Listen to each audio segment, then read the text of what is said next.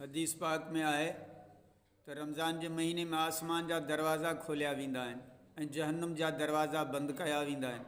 हीअ केतिरी वॾी सआदत जी ॻाल्हि आहे। पिण इन हदीस पाक में हीअ बि फरमायो वियो आहे त रमज़ान जे महीने में सरकश शयातीन बि क़ैद कया वेंदा आहिनि। हिते हिकु सवालु ज़हन में अचे थो त जेकॾहिं सरकश शयातीन क़ैद में हूंदा आहिनि त पोइ माण्हुनि खां गुनाह छो थींदा आहिनि? इन जो जवाबु इहा आहे त 11 महीननि ताईं शैतान इंसाननि खे गुमराह करण में लॻल रहंदो आहे ऐं बदनसीब इंसान बि उन जे धोखे में अची गुनाह कंदो रहे थो।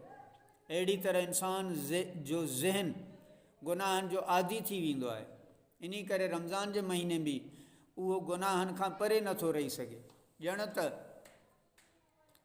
हिन शेर जो मिसदाक बणिजी वञे थो, मानूस इतने हो चुके स्याद से हम, जो रिहाई मिलेगी तो मर जाएंगे। आम तौर ते रमज़ान जे महीने में उन्हनि ई माण्हुनि खां गुनाह सादिर थियनि था जेके रमज़ान खां अलावा बि कसरत सां गुनाहनि जे पोयां रहंदा आहिनि, छो त उन्हनि जो नफ़्स उन्हनि खे गुनाहनि ते आमादा कंदो रहंदो आहे।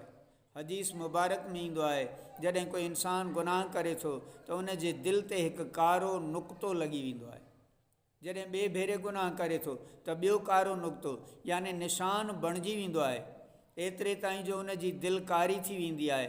नतीजे में भलाई जी ॻाल्हि उन जे दिलि ते असरअंदाज़ नाहे थींदी।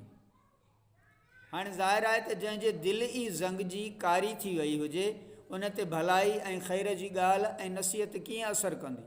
रमज़ान जो महीनो हुजे या ग़ैर रमज़ान, अहिड़े इंसान जो गुनाहनि खां परे ऐं बेज़ार रहण ई दुश्वार थी वेंदो आहे। उन जी दिलि नेकीअ जी तरफ़ माइल नाहे थींदी। जेकॾहिं उहा नेकी तरफ़ अची वई त कंहिं वक़्तु उन जी दिलि उन ई स्याही जे सबबु नेकीअ में न लॻंदी ऐं इहो सुनतनि भरे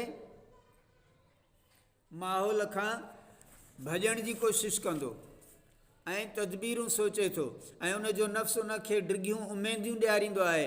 ग़फ़लत उन खे घेरे वठंदी आहे ऐं उहो बदनसीब पंहिंजे इस्लामी माहौल खां परे वञी पवंदो आहे। रमज़ान जे महीने जूं मुबारक घड़ियूं बि, पर कॾहिं कॾहिं पूरियूं रातियूं अहिड़ो शख़्स रांदि गाननि में, ताश शतरंज में ऐं रांदि में तरह तरह जे फज़ूलियात में बर्बादु कंदो आहे।